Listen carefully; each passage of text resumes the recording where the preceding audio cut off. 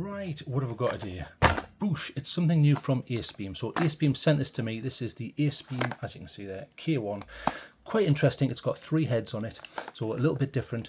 They sent this to me and they said, say what you want, be honest, we won't get to see the video until you release it, we won't tell you to edit it, put honest stuff, and that's exactly what I've done. So this is an honest review. So Acebeam sent this to me for testing, so thank you very much to Acebeam. So like I say, this is the K1. I'll quickly show you the box. I've obviously carried this for, well, just over 2 weeks now, but I've put it back in the box so you can see exactly how you would get it from the store. So they tell you you've got your white light, your UV, blah blah blah. It doesn't mention laser on there, notice. Does it mention it on the side? Oh, that's interesting. And then not much on the back, or nothing of any interest, right? So that's pretty boring. So like I say, I put it back. I did dispose of, there was a black box on this side, but obviously I've had to take the USB cable out to test it and things like that. So get rid of that, boom, right, let's see what you get. Boosh, get that in the bin. There's your lanyard, we'll look at that. There's the cable, which I am going to mark them down for. Look at the length of that. It's barely the length of my hand. It's a little bit short, so that's at this price that's a little bit annoying, but okay, we'll go over that. There's a unit, Boosh, get that in the bin. There's some sort of warranty card, not interested in that. Instructions in Chinese, not interested in that. And what's this? These are your 2 spare O-rings, because there is a section here, and I'll show you. It's quite interesting. This goes in rather than an outer, and it is decent. They are angular threads there, you see, quite nice, well made, and it is greased, as you can see. And there's your O-ring to ensure waterproofing, because this does come with IP68. But I'll put that back together and we'll discuss that further in the review. Right, so let's look at this. Here's your manual. I'm not going to read this because I can't be bothered. I've done it in 4K, so have a look at that. Pause it if you want to have a look at it. There you go. Operations, blah, blah, blah. And then, what's this? Is this in simplified Chinese or something? Yeah, so ni hao, if you want to read that, there you go. Pause that and have a read of that. I will leave this open so I can show you the run times that they are claiming. These are the manufacturer's claims, not mine, obviously. So we'll put that there. I'll give you a nice close-up of them there. So you've got 9 lumens, 200 lumens, and then 1000. But there is a step down. We'll go over that, and we'll also go over what this Cree XP LR LED is. Right, boosh. Here's the unit itself, which is very nice. And look, straight off, I want to mention, I've purposefully bashed this around with metal, and other than there, you see on that peak there, how I get it to focus, my apologies, there you go. Apart from that, what else? I really found it difficult to find any high spots. I think there was a couple there, maybe a little bit on there, you see, on the leading edge of that knurling there. But other than that, and I purposefully bashed this around, it's done exceptional. So massive high marks for the anodization. It must be really thick. Yeah, that's the only real sort of high spots I can see on there and there. Get you a nice close look there, you see. And I've put, like I say, I've purposely put this in my pocket with big tools and all sorts of things, and it's been absolutely fine. Right, so there's your spare air O-rings. Nice to see you get 2. That's absolutely fine. There's the cable, and I'll show you that working in a moment. Here's the lanyard. I tend not to use lanyards. I've got proper lanyards at work if I'm working at height, you know. This one, I can barely get this over my wrist, so there. And then this is already coming off, look, you see. So they've pinched that together and heat treated it. Now watch, I'll show you. I don't like these cinches. I like cinches that actually have a spring-loaded section. Not that it matters on my wrist because of the size, but look, put this back on. Let's test for strength. So I will pull this genuinely until it hurts. Right, that's about as much as I can take, so you can see I'm not cheating there. It's perfectly strong, but look at this, it's already coming off, so, you know, rubbish. Not the best. And then you can put that back on, but at least I could have glued that down. Never mind. Boosh, get rid of that. Right. Let's look at the item. So this is the K1, and it does have a ring here which allows you to select between the 3 modes. So you have a normal white light mode, then a green laser. There is a secondary option, so bear in mind you can get this in black, teal, or orange. Here's the teal. If you want to stick another 35 bucks in, which crumbs alive, that's a little bit extra, isn't it? You can get a blue version which has a cyan laser. All the other ones have green, so just to show you there, it has green laser, and then you have a UV. So that's your selector, and then it is a tail clicker, so it's either on or off. That's it. There you go. So we'll go through those modes.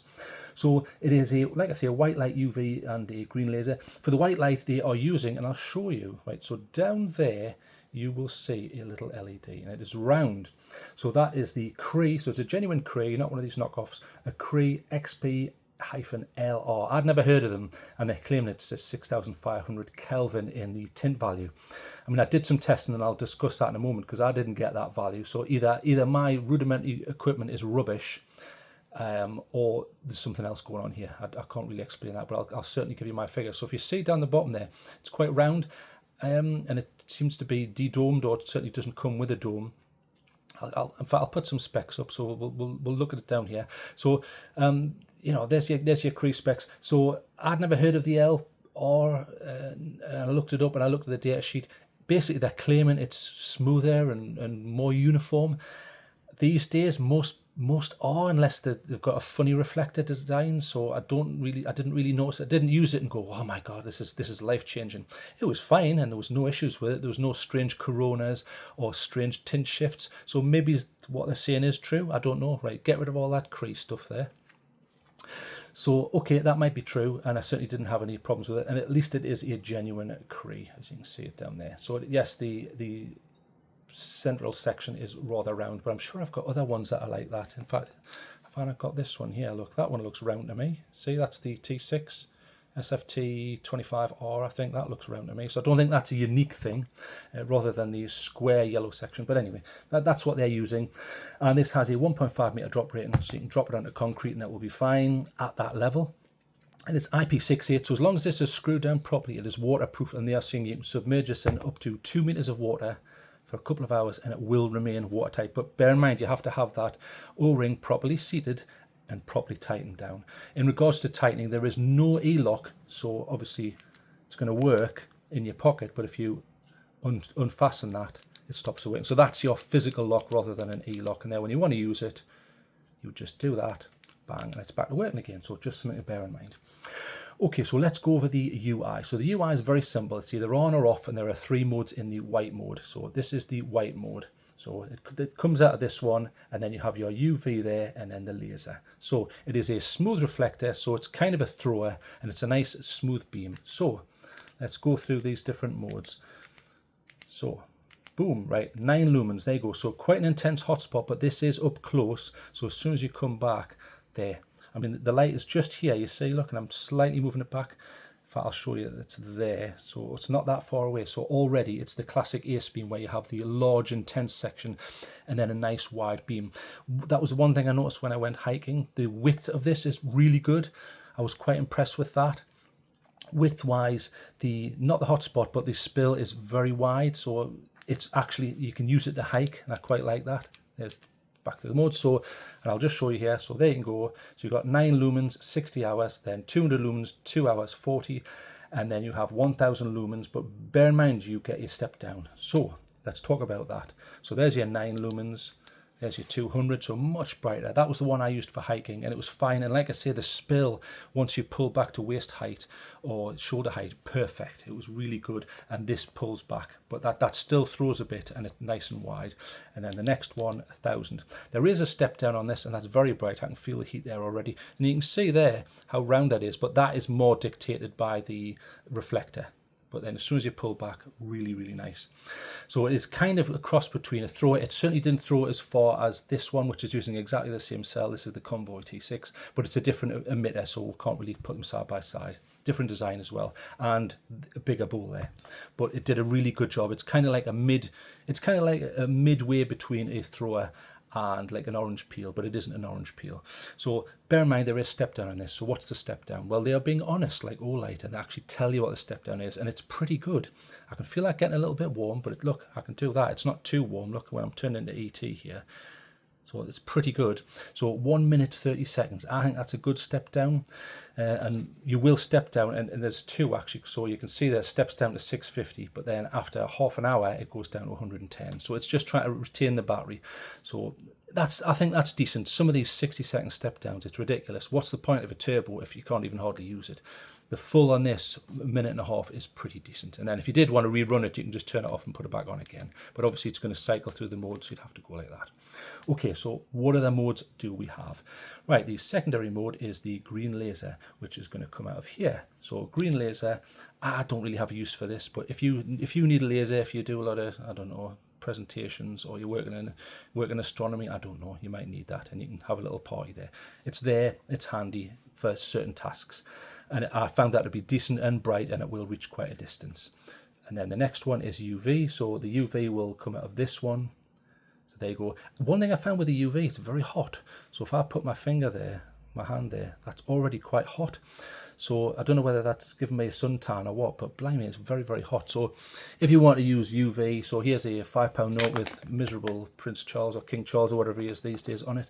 So as you can see, it is picking up the UV reactive 5 for the £5 at the Bank of England there. You see that?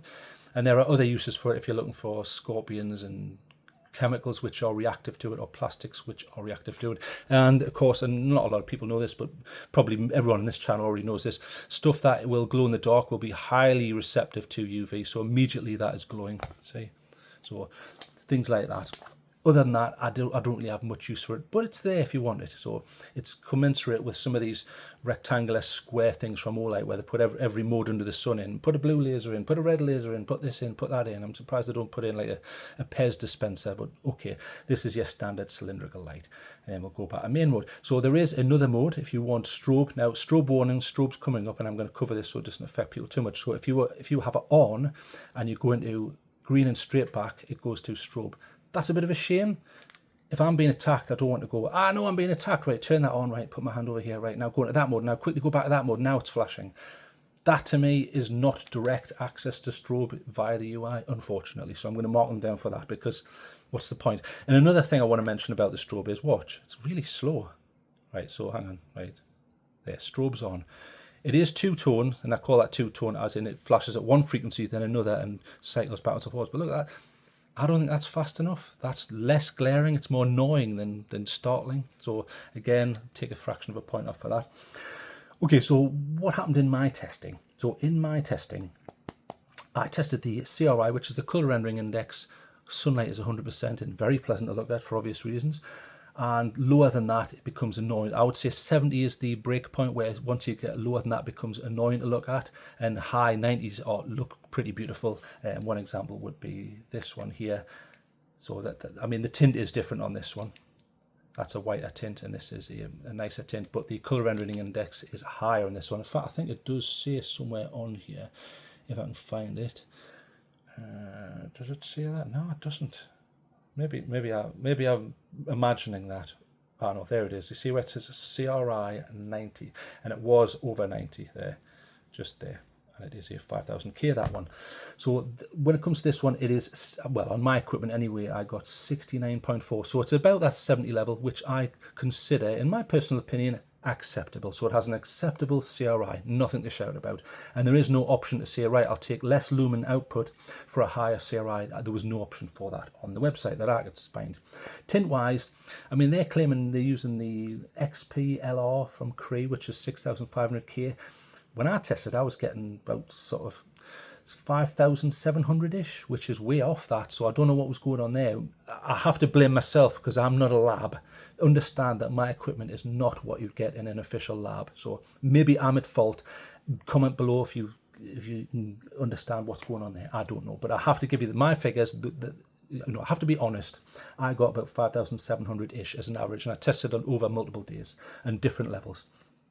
There's no visible pulse width modulation. In fact, I'll put some results up here. So it was just on the borderline of the acceptable there. In other words, you're not going to see it. And as you can see from the graph, there is some fluctuation there in order to get the outputs that it's after. But pulse width modulation, no problem on this. It certainly wasn't flickery like an annoying monitor or a cheap light. Right, get rid of that. Boom.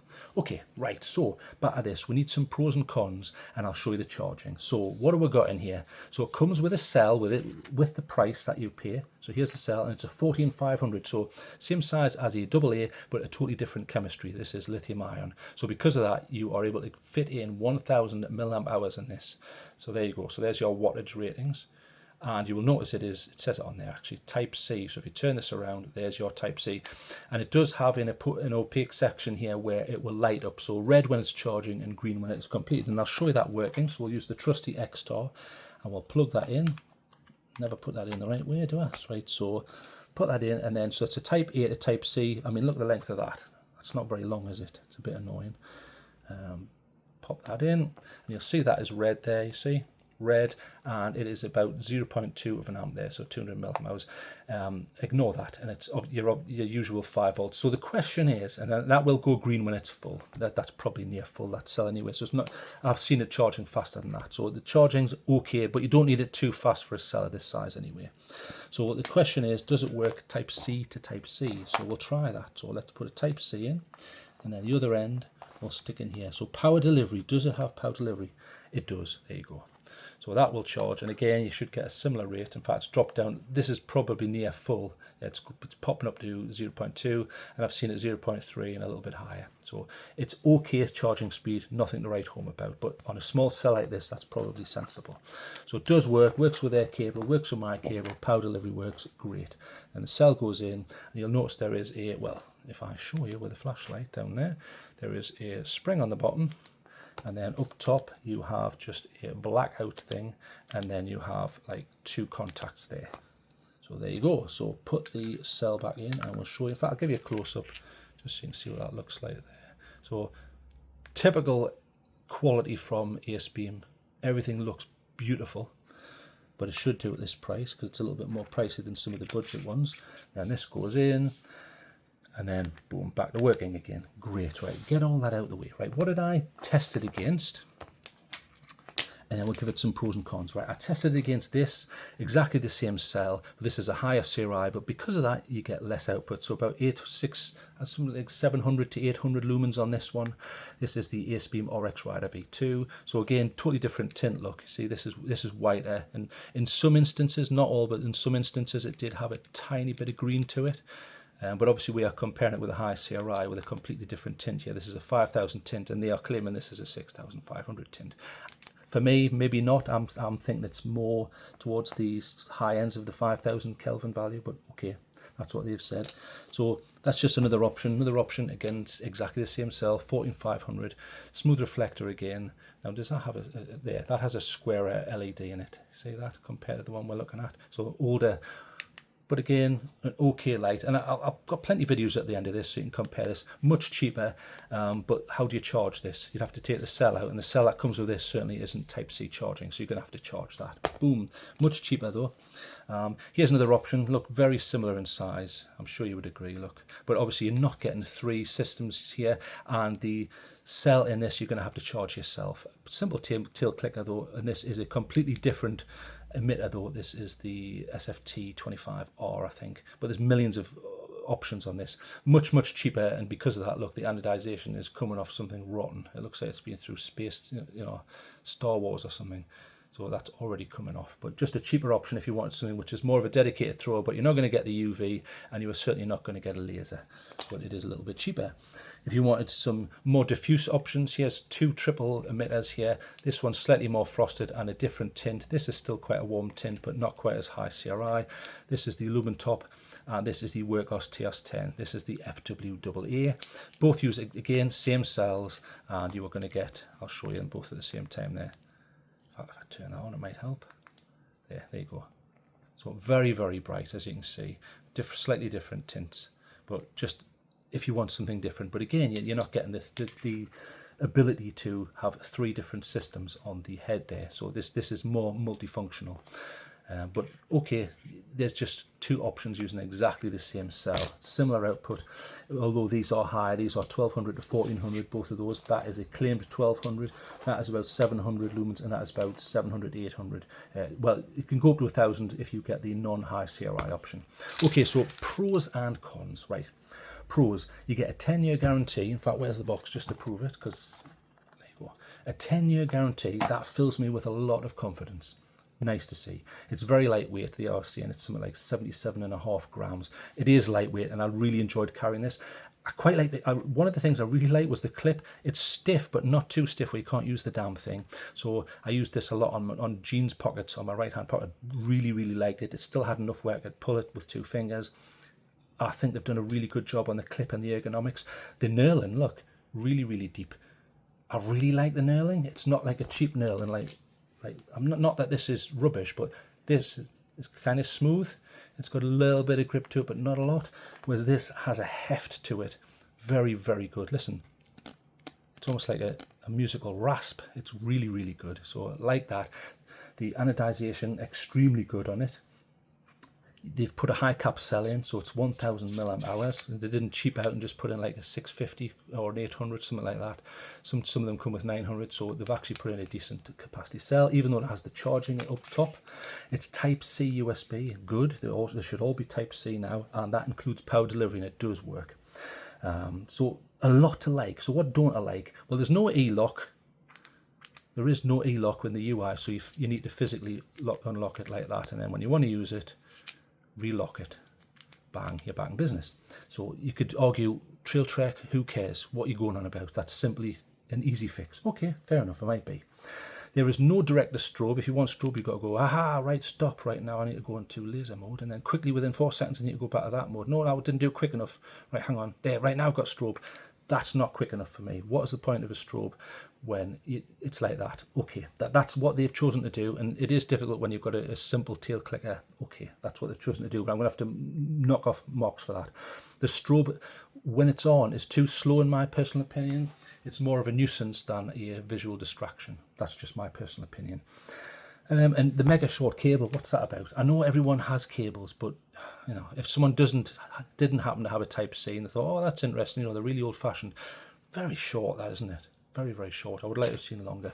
And that's a bit poor. Look, you know, it's coming straight off. I realise a lot of them will be like that, but dear me, it's straight out of the box. Okay, right. So I'm going to give this I was going to give it 7.5, but there's a hell of a lot of like, and I think it's really handy, so I'm going to give it an 8. It's getting an 8, even though there are those things like no e-lock out. Yes, that's easily fixable. No direct to strobe, but yes, not everyone needs strobe. Okay, fair enough, but it would be nicer to have a functionable one. The strobe, when it's on, is a little bit slow. The cable's a bit short. That's maybe just me nitpicking, but I have to be, because I've got to be honest. But there's so many pros that I have to give this a good rating. I've done loads of side-by-side videos, so I'll let you see what it looks like outside. And I did a walk and talk video, which I'll put a link to in the description, so you can see me walking and talking. In fact, that's up there.